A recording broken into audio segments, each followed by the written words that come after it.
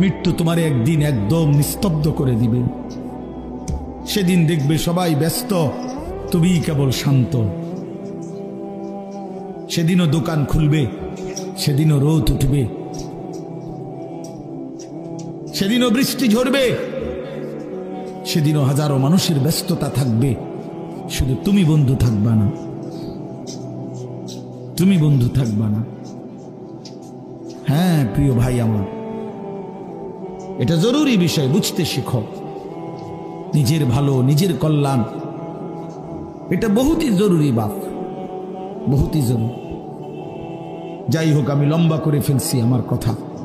তৃতীয় কথা হলো দলালাত, কোন ব্যক্তি হকের রাস্তা, জান্নাতের রাস্তা, সঠিক রাস্তা থেকে পথ হারিয়ে ফেলা, কুফরির মধ্যে লিপ্ত হলো, শিরিকের মধ্যে লিপ্ত